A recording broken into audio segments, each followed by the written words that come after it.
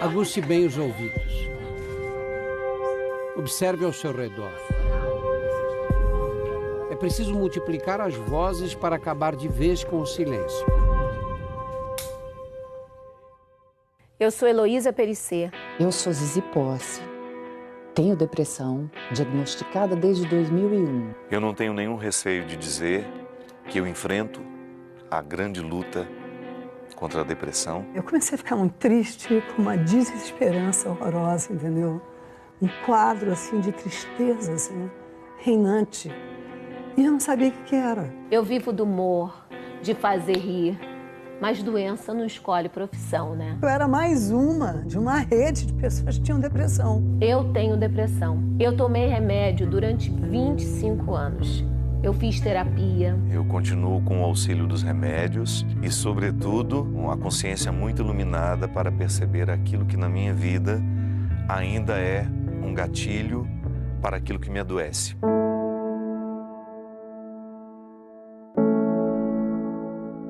Mas nem o antidepressivo mais potente resolveria a angústia que atormenta a Ana Célia desde os 16 anos. Machuca, a doença machuca a gente. Sem forças para sair da cama, Ana Célia passou por vários psiquiatras e, para o desespero da mãe, teve que ser internada.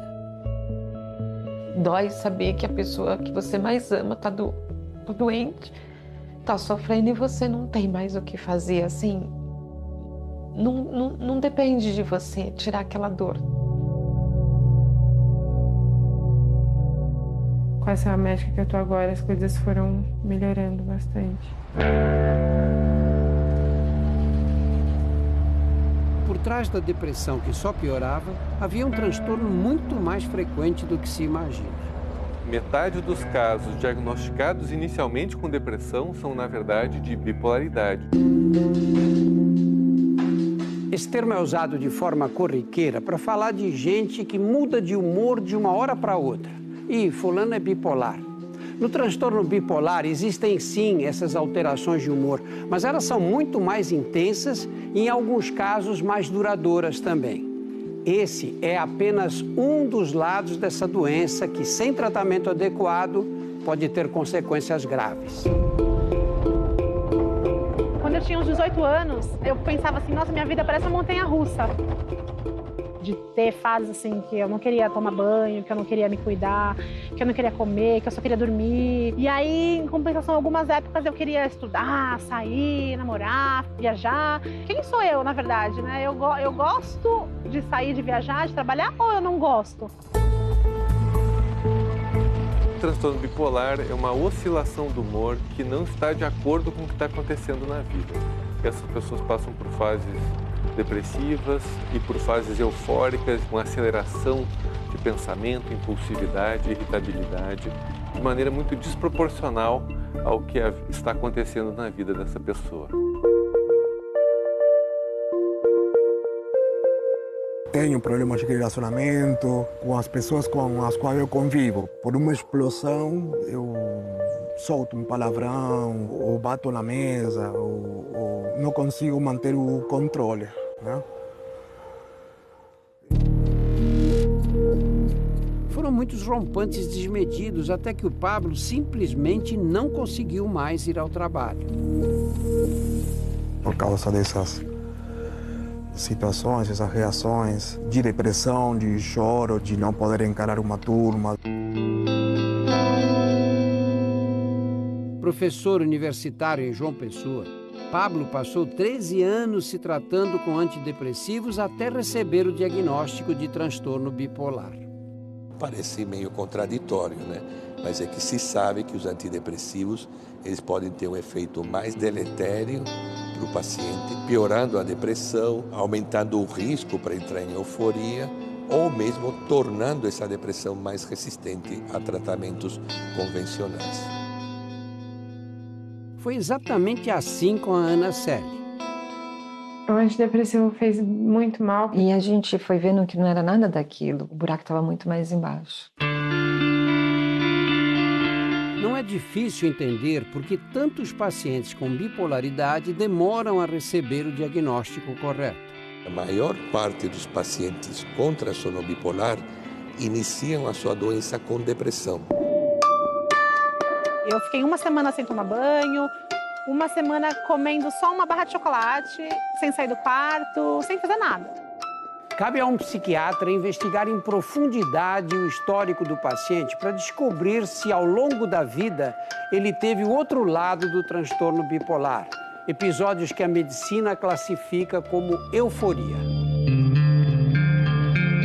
Para fazer o diagnóstico, o médico tem que ter tempo de perguntar como é que a pessoa é desde criança.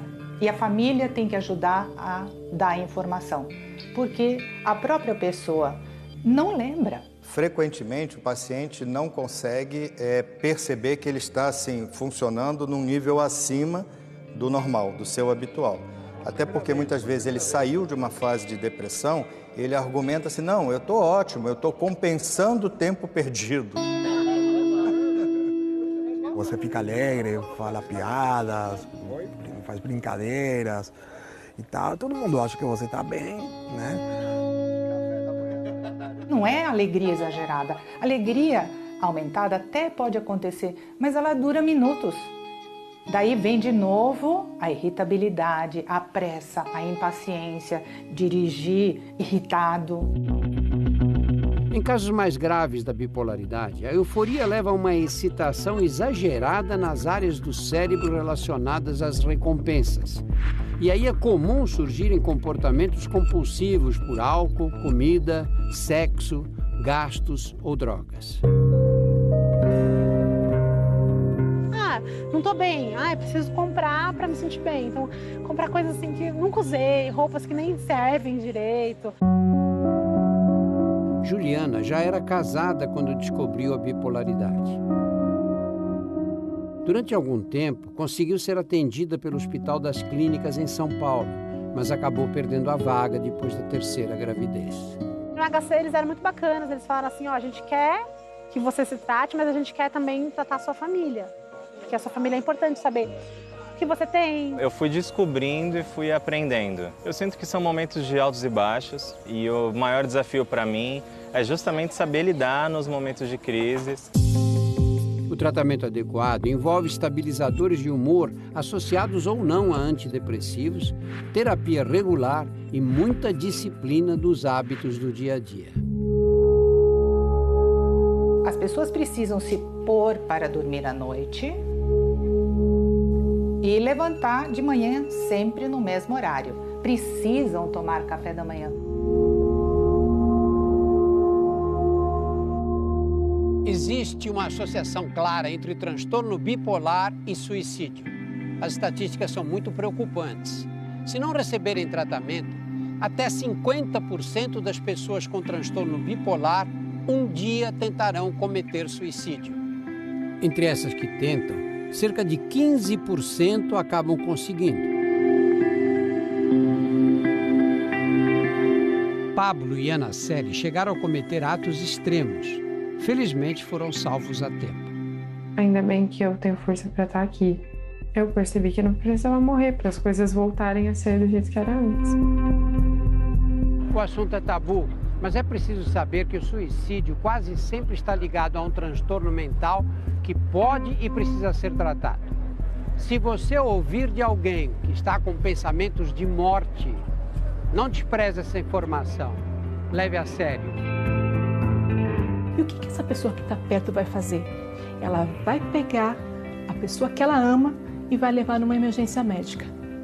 Precisa ser avaliado se o risco suicida é grave e que pode melhorar esse risco suicida grave fazendo o tratamento correto da doença de base. E se ela não aceitar ser encaminhada para emergência, você vai chamar o SAMU 192.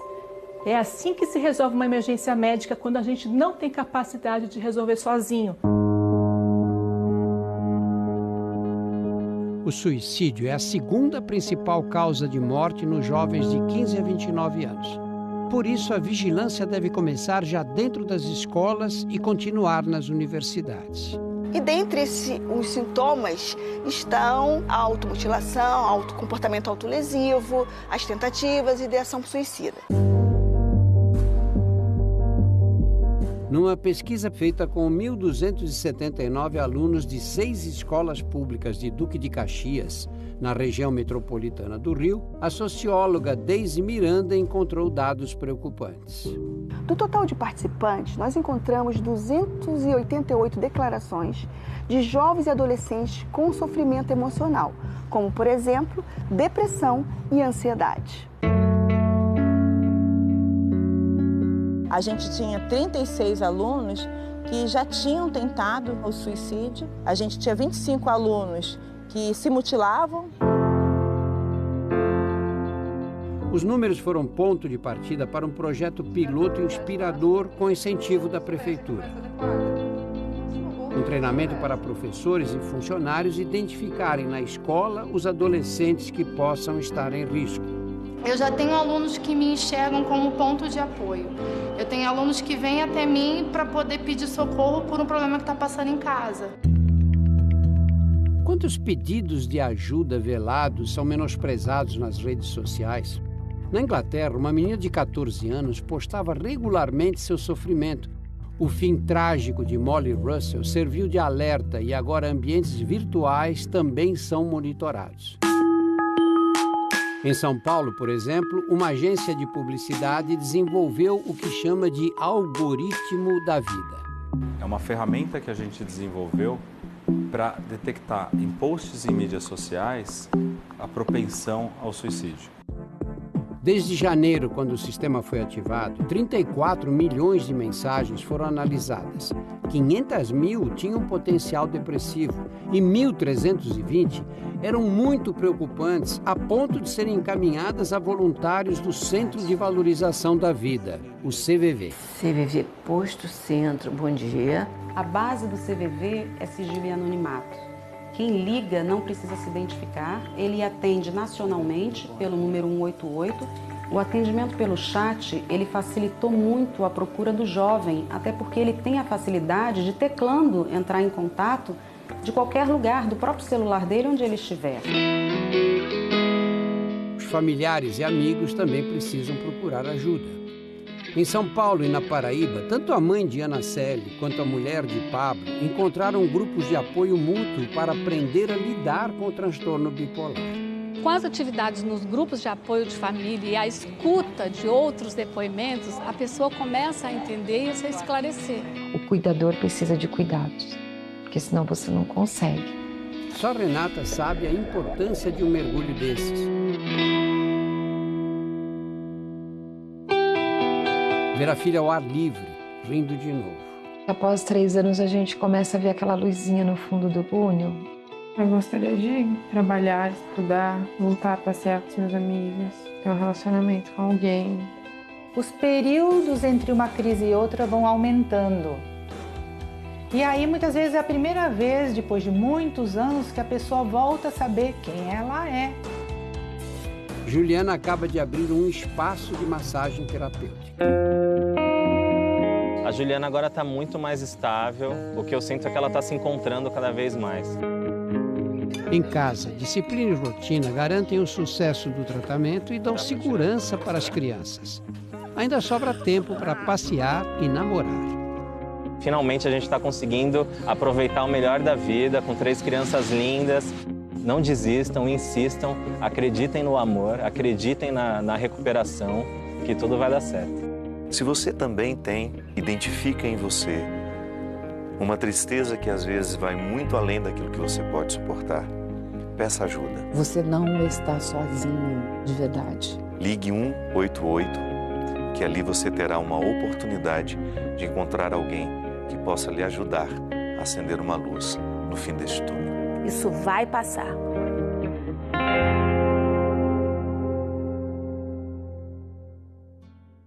Mas vai ficar. Quantos alertas importantes nessa série, quantos depoimentos corajosos.